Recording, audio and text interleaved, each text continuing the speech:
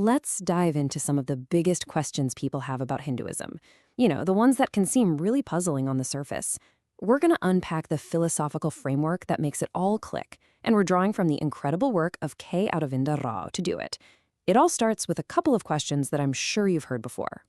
Right? This is always the first one. You see all the different deities, the vibrant festivals, and honestly, it can seem like a lot. It's a perfectly fair question.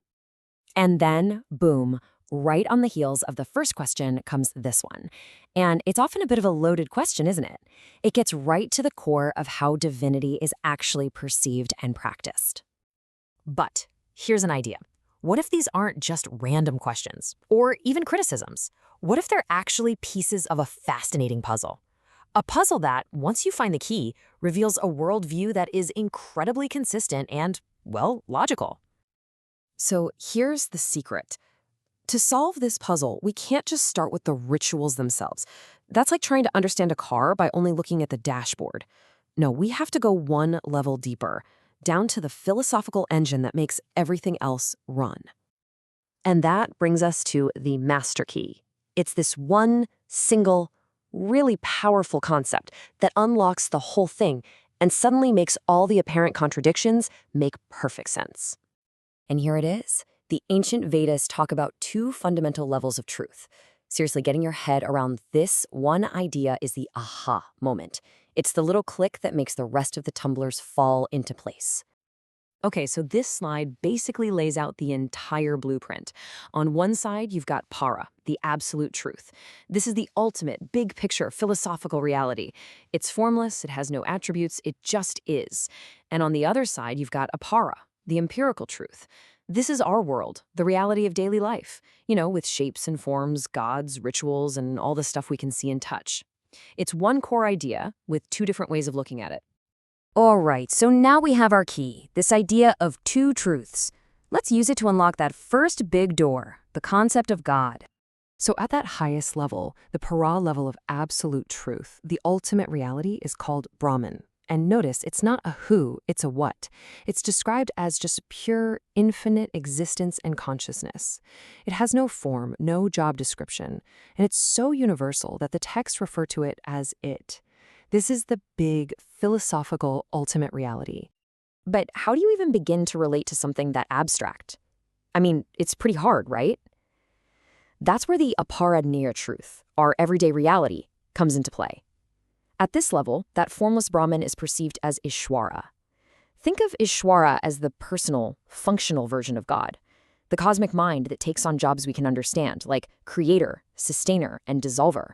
It's how our human minds can get a handle on the incomprehensible. To make this even clearer, the ancient Upanishads give us this absolutely brilliant analogy. Just imagine your own individual self, your consciousness, is like the space that's trapped inside a simple clay pot. And now, think about all the infinite, endless space that's outside the pot. The pot itself creates this little boundary, right? It makes the space inside seem separate and distinct. But here's the question. Is the space inside the pot fundamentally different from the space outside? Or is it the exact same stuff, just temporarily defined by a fragile, breakable container? So, keep that pot analogy in your head, because now we're going to use our key and that image to unlock the logic behind those practices that seemed so puzzling at the beginning, worshiping all those gods and using idols.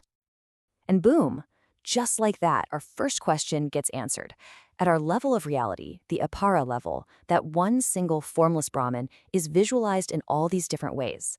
Deities like Vishnu, the sustainer, or Shiva, the transformer, or Shakti, the divine energy, they aren't separate, competing gods. They're more like different faces, different ways to understand the various cosmic functions of that one single ultimate reality. And this isn't just some modern interpretation. The Bhagavad Gita itself says it very clearly. The supreme reality basically says, hey, whatever form you choose to worship, I'll meet you there. This is way beyond just tolerance. It's a deep philosophical stamp of approval, saying all these different forms are valid paths to the same formless truth.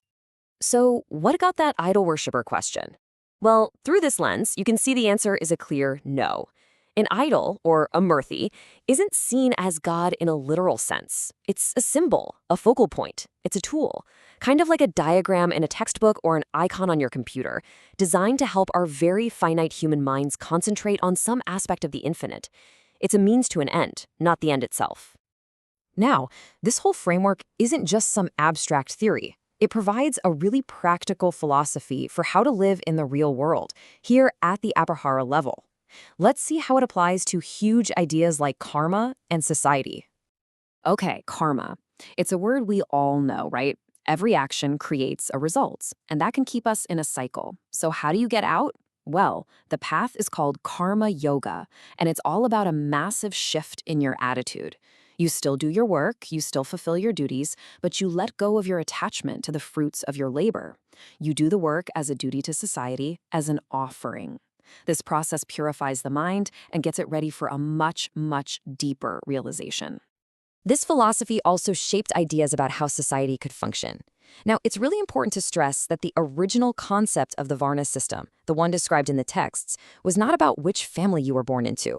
It was a model based on a person's innate qualities, their natural tendencies, called gunas. As you can see here, people who were naturally contemplative were seen as ideal guides, more action-oriented people as protectors, and so on. The whole idea was to create harmony by aligning a person's role with their natural aptitude. So, when we put all these pieces back together, we start to see something really amazing. This philosophical key doesn't just give us simple answers, it actually transforms the entire system from just a set of beliefs into something else entirely. You see, the ultimate goal isn't simply to follow a bunch of rules or worship one particular god over another. The real goal is realization. The whole structure, the two truths, the different deities, the paths of yoga, it's all designed as this vast, detailed framework for self-discovery. It's a toolkit to help you answer the biggest question there is: who am I? And you know, this isn't just some niche Eastern idea. Thinkers like Aldous Huxley called it the perennial philosophy because you find it everywhere. It's the core message of Vedanta summed up in 3 little words. Tat Twam Asi. You are that. The individual self, the space inside that pot, is and always has been one in the same with Brahman, the infinite space outside. And that really leaves us with a final thought to chew on. What if the most profound truths about who we are and what this universe is? What if they aren't things we're just supposed to accept on faith? What if they're actually an invitation to question, to explore, and ultimately to realize them for ourselves?